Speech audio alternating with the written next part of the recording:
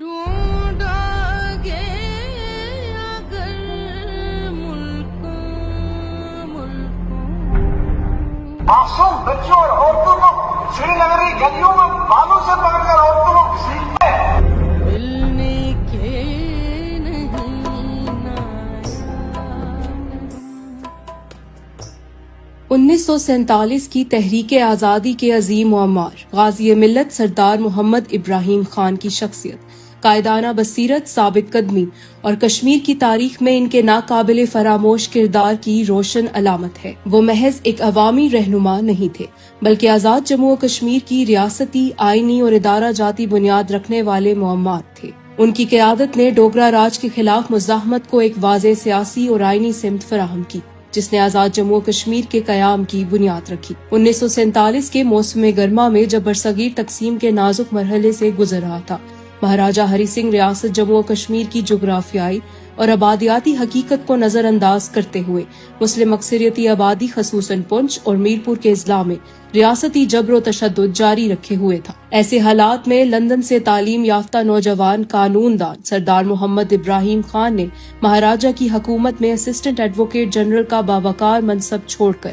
اپنی قوم کی قیادت کا فیصلہ کیا۔ انہوں نے آل جموں و کشمیر مسلم کانفرنس کی رہنمائی کرتے ہوئے 19 جولائی 1947 کو سری نگر کے علاقے آبی گزر میں واقع اپنی رہائش گاہ پر تاریخی اجلاس منعقد کیا جہاں قرارداد الحاق پاکستان متفقہ طور پر منظور کی گئی۔ جب مہاراجہ نے اس عوامی فیصلے کے جواب میں فوجی کارروائیوں اور سخت کریک ڈاؤن کا آغاز کیا تو سردار محمد ابراہیم خان مری منتقل ہوئے۔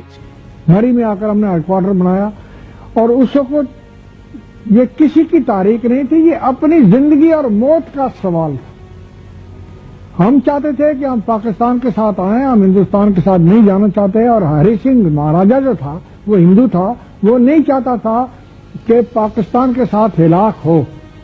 جہاں انہوں نے دوسری جنگ عظیم کے سابق فوجیوں، مقامی قبائلی رضاکاروں اور کشمیری مجاہدین کو منظم کیا اور ڈوگرا راج کے خلاف مسلح جدوجہد کی قیادت کی۔ پنچ کی تاریخی تحریک آزادی انہی کی قیادت میں کامیاب ہوئی اور 24 اکتوبر 1947 کو صرف 32 برس کی عمر میں آزاد حکومت ریاست جموں و کشمیر کے قیام کا اعلان کرتے ہوئے وہ اس کے پہلے صدر بنے۔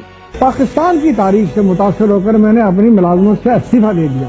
استعفیٰ دے کر میں اسمبلی کا الیکشن لڑا اس حلقے سے، سنوتی باغ کے حلقے سے، اور میں الیکٹ ہوا اور سیاست میں نے قدم رکھا۔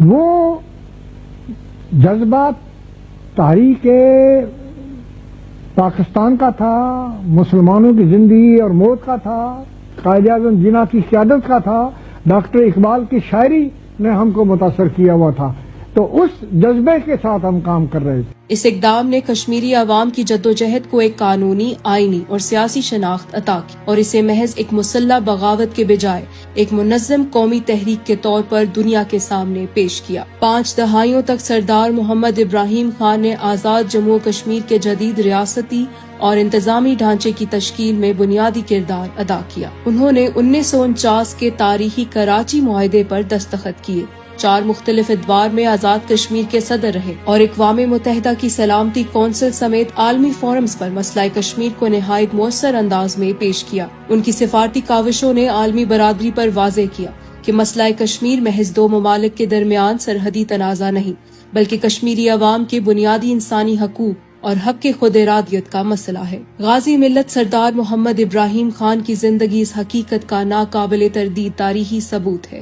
کہ آزاد جموں و کشمیر کا قیام قرارداد الحاق پاکستان کے عوامی مینڈیٹ کا عملی اظہار تھا۔ 31 جولائی 2003 کو اسلام آباد میں غازی ملت سردار محمد ابراہیم خان کا انتقال ہوا اور انہیں سرکاری اعزاز کے ساتھ اپنے آبائی علاقے راولہ کوٹ میں سپرد خاک کیا گیا۔ غازی ملت نے نظریہ الحاق پاکستان کو محض ایک سیاسی نعرہ نہیں رہنے دیا بلکہ اسے عملی، آئینی اور ریاستی بنیاد فراہم کی اور آنے والی نسلوں کے لیے مشعل راہ بنی رہیں گی۔